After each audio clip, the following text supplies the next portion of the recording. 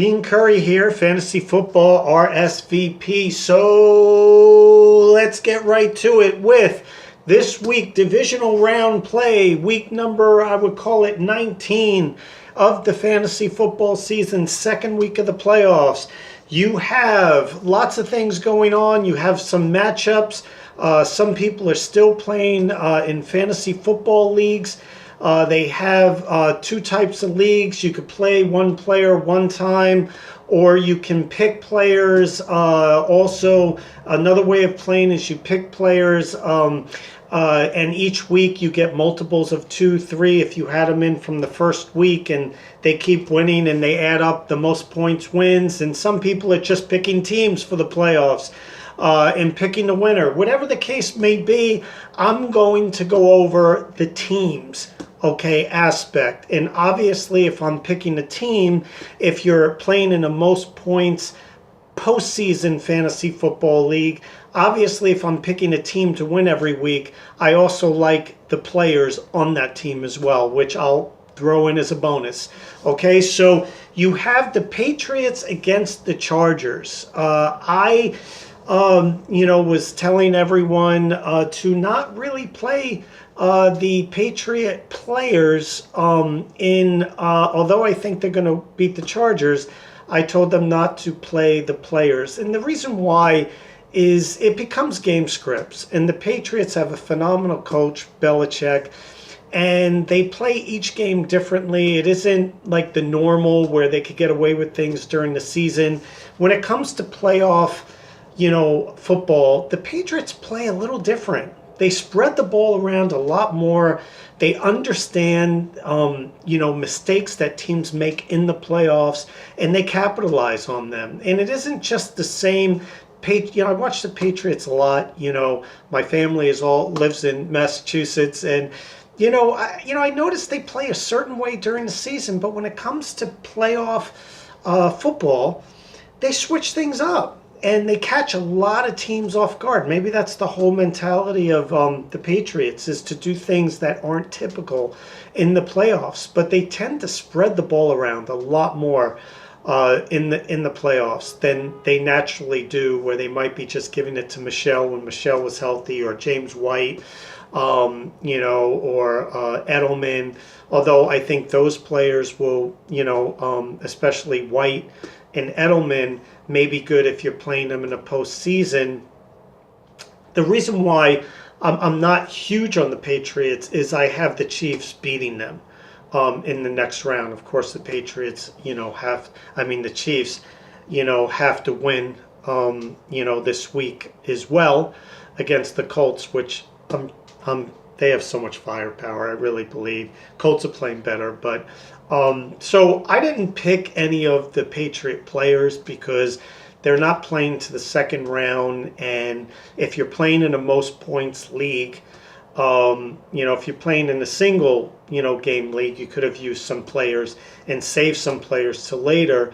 But even in those type of leagues, I don't see them getting past the Chiefs. I know the Patriots beat them earlier in the year, but they're going to be playing in Arrowhead. They're going to be playing in Kansas City.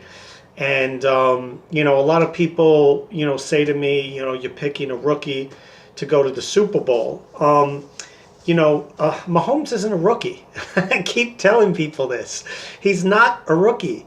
He's a second-year player. He spent an entire year training and playing, and being in the National Football League. And it's a great experience, when you get to sit on the sidelines and you get to watch and learn from, a guy like Alex Smith, which is one of the greatest game managers, quarterbacks ever.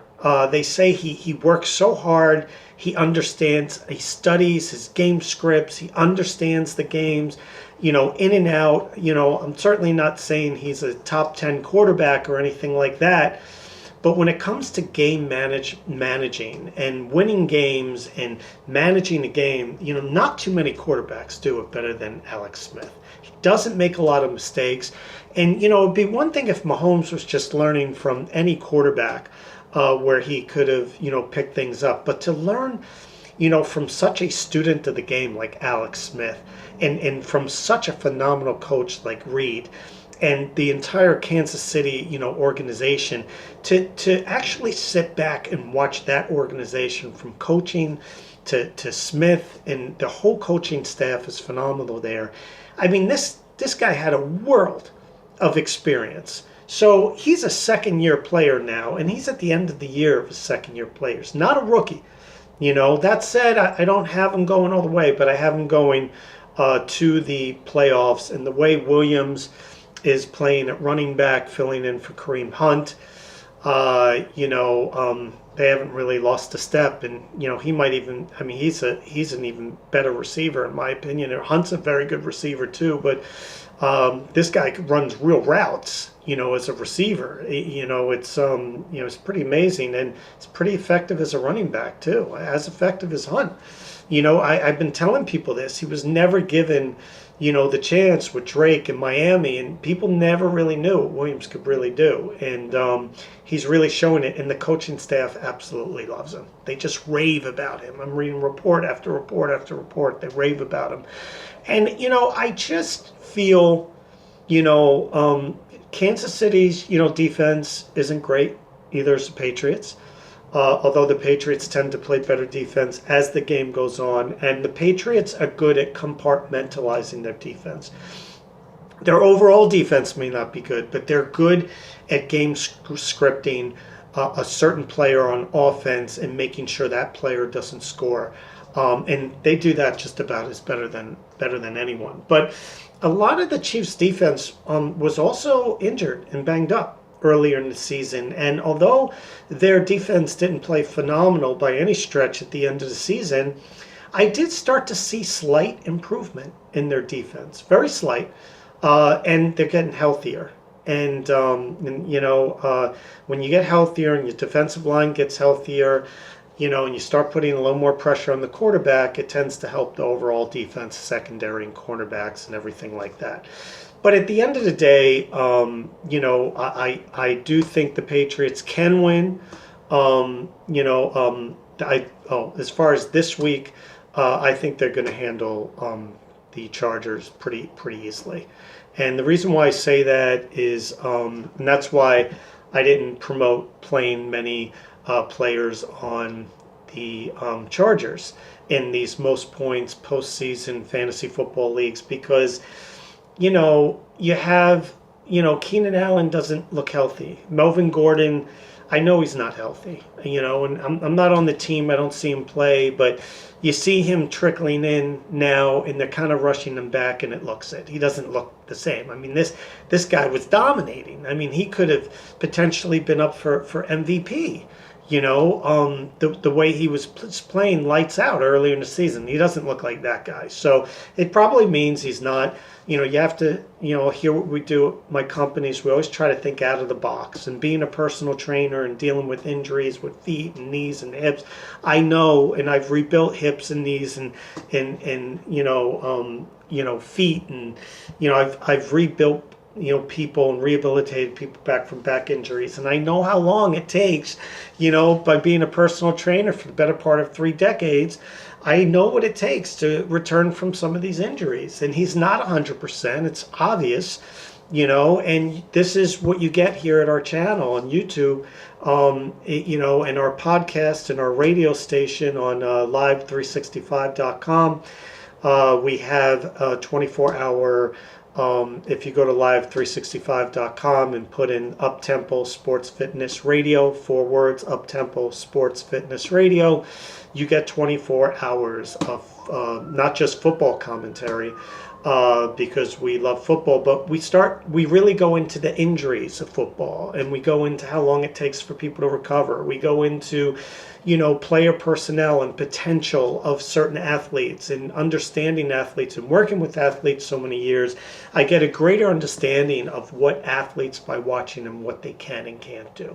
The difference between a big back and small back. And, even a guy like McCaffrey, small, and he had a great year. But if they use him at that capacity, he's going to wear down. And that's just from being a personal trainer and understanding, people's potential for competitions that I've trained them for and what they can and can't do. And we talk a lot about that as a personal trainer. That's the insight we give at fantasyfootballrsvp.com.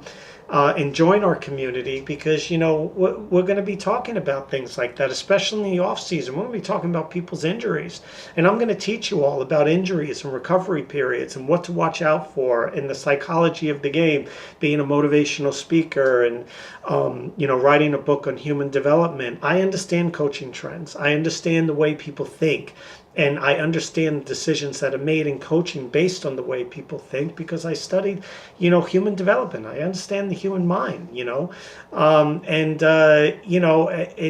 there's reasons why I give people advice. They do well in their leagues because I understand it from a psychological I understand psychologically what teams are doing sometimes. And I understand, from a physical standpoint, from injuries. I understand player personnel and what someone can and can't do.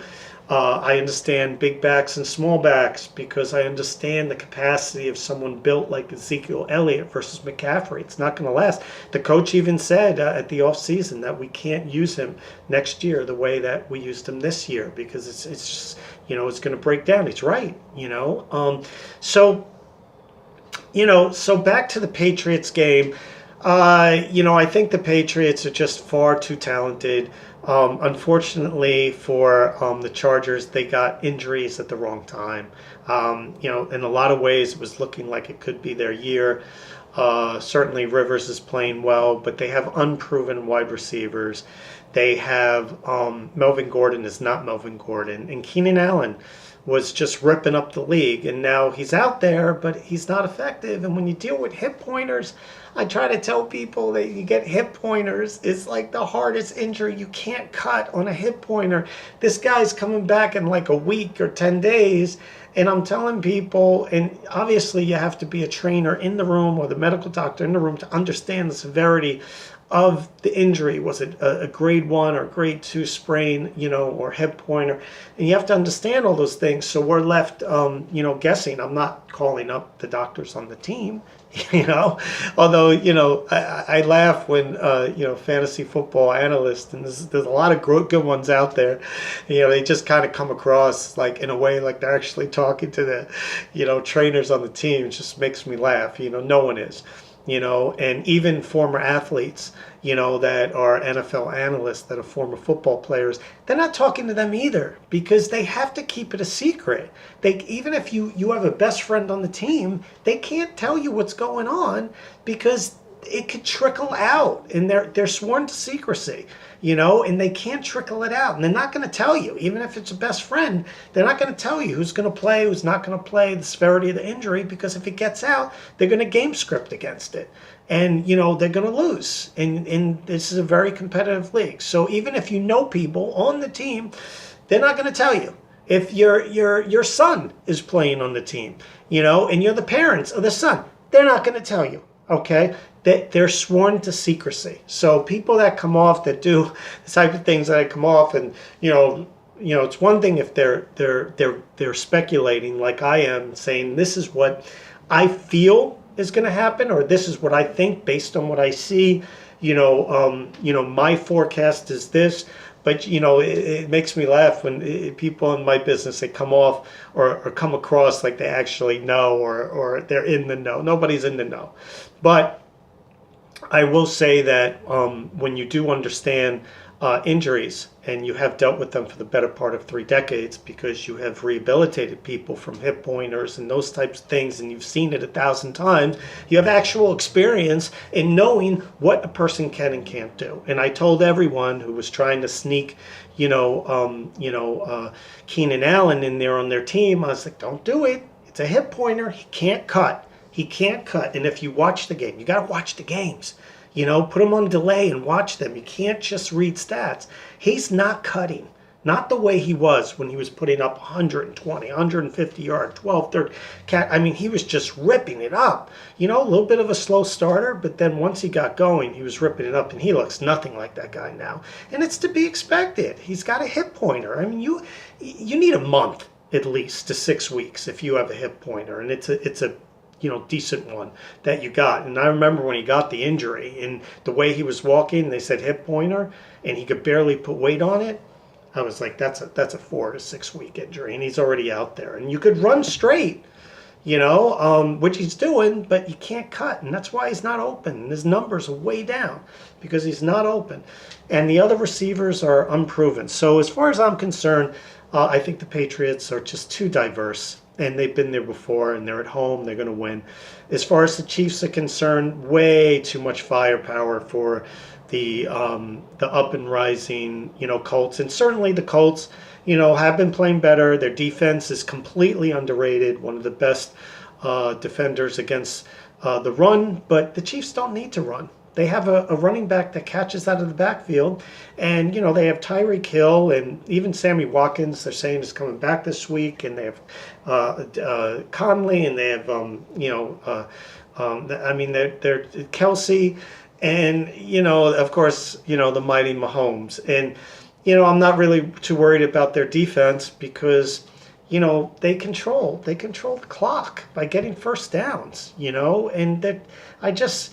I heard, them saying they're not going to run the ball. They're going to, the coaching staff on the Colts, they're not going to play conservative, and they're going to throw it. they're just releasing false information. And again, this is what we do here. You have to understand the psychology of the game. Of course they're going to try to run the ball. Of course they're going to try to keep Mahomes off the ball. Of course they're going to try to throw short passes, dinking and dunking, and try to make 8-minute, 10-minute drives. It's the only way you can beat Kansas City. If you think you're going to go out there and fire away with Andrew Luck, with one basically wide receiver and Hilton, who isn't 100% by the way, and the other receivers just aren't up to that level. Some of them are coming along, but they're not up to that level. That is a sure recipe for losing. So they release this information. We're going to go toe to toe. We're not going to play conservative. That's just a front. They're lying. They're obviously going to try to run the ball, and they're going to try to control the clock the way they did against the Texans. Throw short passes and try to get long drives. They don't want to even throw it 50 or 60 yards down the road. They don't want a quick score. They're not going to win a shootout, against the Chiefs. So I think the Chiefs and I think the Patriots, I think they're going to win pretty handily, by, at least 10 points or so. And I think they're going to meet. And I think when they do meet, even though the Patriots beat them earlier in the season, that was a very young Patrick Mahomes, and he's come a long, long way since then. And they caught them early, and they're just really playing well on offense right now. And as much as I, like the Patriots in big game spots, it's in Kansas City. It's one of the hardest places to play. And, Mahomes, I saw him, falter a little bit in certain games. I saw him, make some rookie mistakes. But, one thing I noticed about him is when he started faltering, he actually came back in those games. And even when he made mistakes, usually, a young quarterback makes mistakes. It's just like downhill. He fought back in all those games and fought back from his mistakes. And I was like, wow, this guy's really more advanced than I thought. Because usually when a rookie does that, he might come back the next game, but not during that game when it starts to downward slide like that. And he just comes firing back, and he's taking his lumps. And, he started to, come on a little bit, ran through a little bit of a bad thing at the end of the season, and then started coming on again. But even during that stint, he was coming back. And, there's so many games that they lost in the second half of the season. Not so many, but a couple that were so close, and they could have won those games. And I just think they have too much firepower. And I think they're going to roll over the Patriots, go to the Super Bowl. I won't give you my pick yet, whether they'll win or not. We'll go to the West, and we'll go to the Saints and the Eagles. So I back to the Kansas City Chiefs. If you're playing in a most points league, hopefully you played, Kelsey, and you played Williams. I actually had picked Williams over Elliott, if that makes any sense, because I felt Williams is really catching and running the ball, and although Elliott had a big week last week, and if you picked him, Williams over Elliott, you didn't get any points last week, but you get a multiple of 2 in the most points postseason fantasy football league. And I just feel that Williams will make it up because he's going to go further. He's going to go to the Super Bowl. I have Dallas losing this week. Even though Elliott gets more points, I don't think he's, from the first week, I don't think he's going to last. In fact, I had him losing last week to Seattle, but I picked 4 road teams last week, and I was right on 3 of them. A lot of people thought I was crazy for doing that. This week, it's the home teams that I think are going to win, and it's a pretty bold move last week to pick 3 visiting teams, and I came within 2 points in the Seattle game of going 4 for 4. And so, you could look back at my videos to see on my YouTube channel. So as far as that's concerned, back to the Nick Foles, Eagles, I would play a lot of those Chiefs players. I did. Kelsey, Hill, Mahomes, Williams, had them all in a most points lead. I don't like to pick a lot of players on one team in case they lose, but it just seemed to work out that way. And I actually picked a lot of Saints players too. I have Kamara because I think they're going to the Super Bowl. So I had him in there. Didn't pick Drew Brees. I picked Mahomes. And I picked Michael Thomas, and I picked Will Lutz as a kicker. And I picked the Saints defense because it's been playing really well the second half of the season. And I think that they'll last the longest going to the Super Bowl. So you'll get the cumulative points. That's why I didn't pick the Ravens or anything like that, because or the not the Titans, the Ravens, because I just, I had them losing, which they did. And the Texans losing too, so I didn't want to pick their defense, which I had them losing as well, and I was right about that. As far as Nick Foles, I really love the way the Eagles are playing.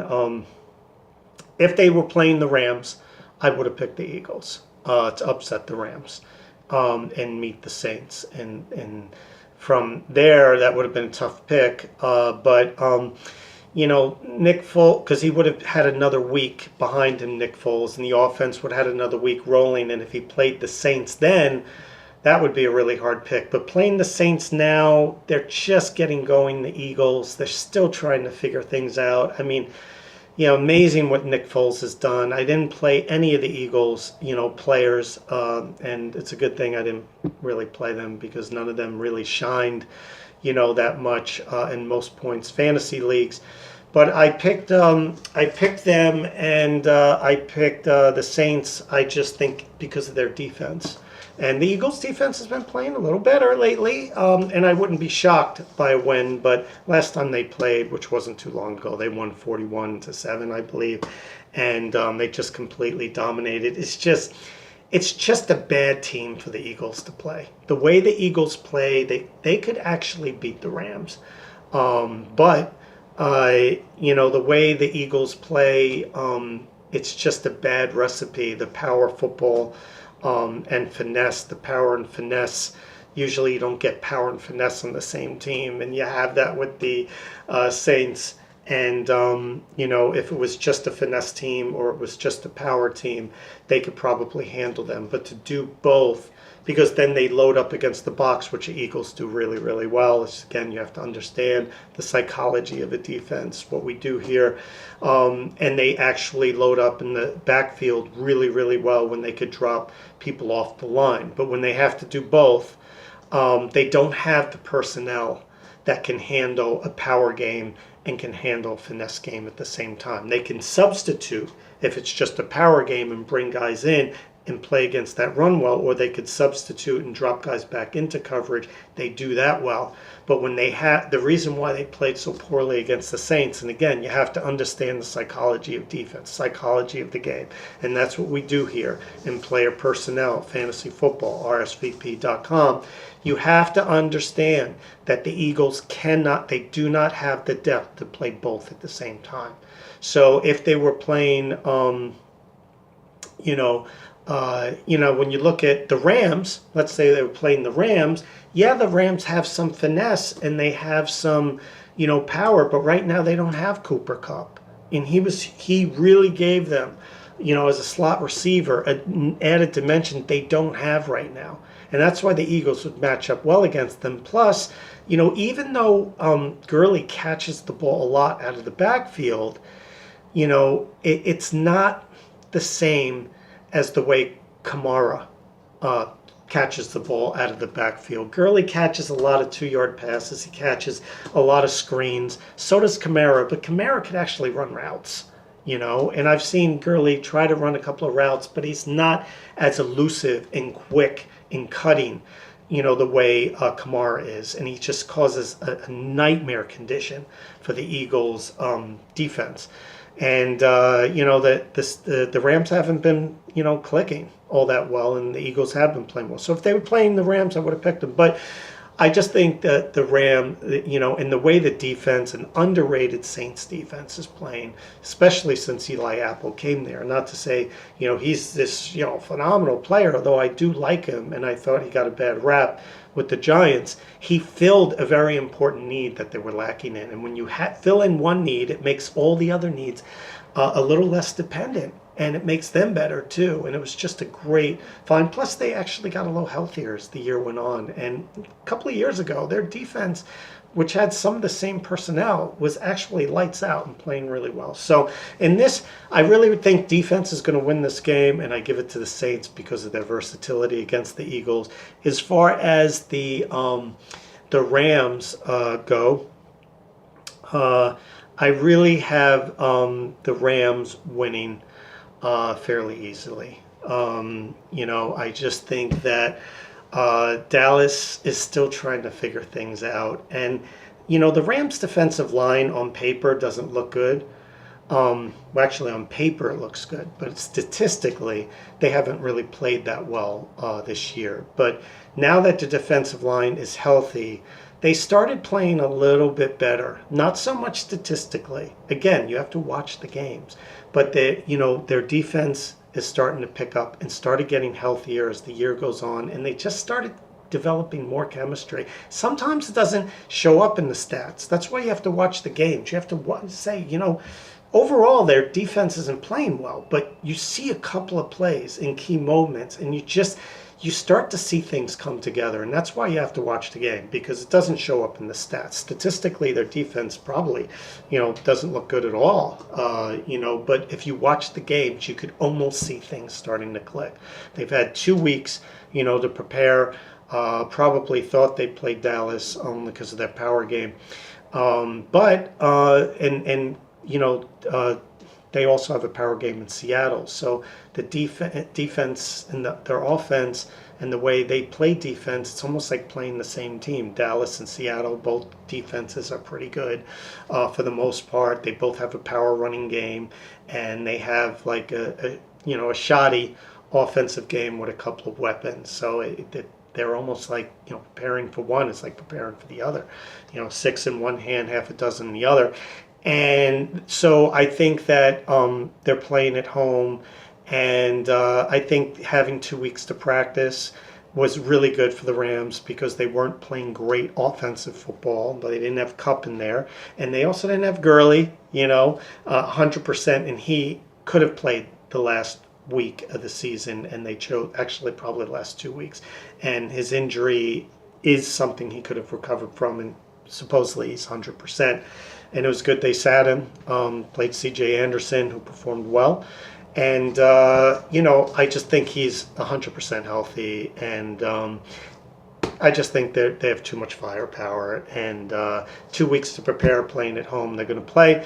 And then you have the Rams playing the Saints. And again, I think defense wins here. So you have the defense of the Saints actually winning, and they're just such a balanced team. I mean, Drew Brees doesn't even have to throw for 200 yards for them to win. He throws for 150 yards, and they win because they hit you from so many angles. And I like the Rams a lot, but I really feel it's Drew Brees' year, and this is the most balanced team probably in the entire NFL right now. On so many different angles, the way they play, they could beat you in so many ways, and their defense is just playing so well. I really see the Saints going to the Super Bowl against the Chiefs. And the Chiefs, I think what it will really come down to, which a lot of Super Bowls do because it's a one game, the pressure is so. The reason why defenses play so well in the Super Bowl as opposed to the playoffs too, is the game slows down even more for defensive players because the Super Bowl is even more pressure. It's more stress. It's the big game. And all those things considered, defenses tend to really win out. And I really feel the defense against they could hang offensively with the Chiefs. But I think when it comes to defense, the Saints, just have it over. And the power game, the finesse game, and the defense, the way they're playing, so underrated. I really feel they're going to shine. I actually, have them winning the Super Bowl pretty handedly, against the Chiefs. So there it is. It's fantasy football, rsvp.com. Certainly subscribe to our channel. I'll be popping out 1 or 2 videos talking about the draft, running backs, top 10 running backs, top 10 receivers for the draft. We'll be talking about injuries. We'll be talking about the draft class. We'll be talking about the new alliance of American football, new professional league starting in 2019, 2020. You have the reboot of the XFL. So, we'll be talking. The show will be live feeds, and we'll be talking about all these things: how to draft, how to, all these different topics, injuries. We'll be talking about, and great shows. And of course, we're on 10 different radio stations as a podcaster. The Curry and Hurry Show, and I, of course, we have our at Fantasy Football RSVP. We own our own radio station, and it's a few hours a day of football, professional football, more from a psychological standpoint of understanding game scripts and injuries and sports management injuries, stuff like that. And then the rest of it, what to do better in the off season. It's get in shape. It's a health and fitness channel, nutritional advice, and in the evening we play exercise music from movie classics like Rudy, Rocky, Chariots of Fire.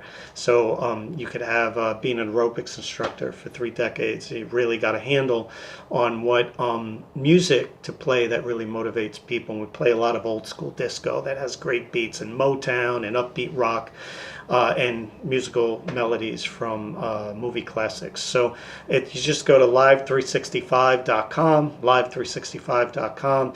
You put in the name of our radio station in the search bar, Up Tempo Sports Fitness Radio. I'm Dean Curry, president and founder, Fantasy Football RSVP. We have the Curry and Ice Show starting in June. Battle buddy of mine from the Army will be coming in doing parts of the show with me, which will be fantastic. And I want to wish you all a great rest of the fantasy football season, and have yourselves a terrific day.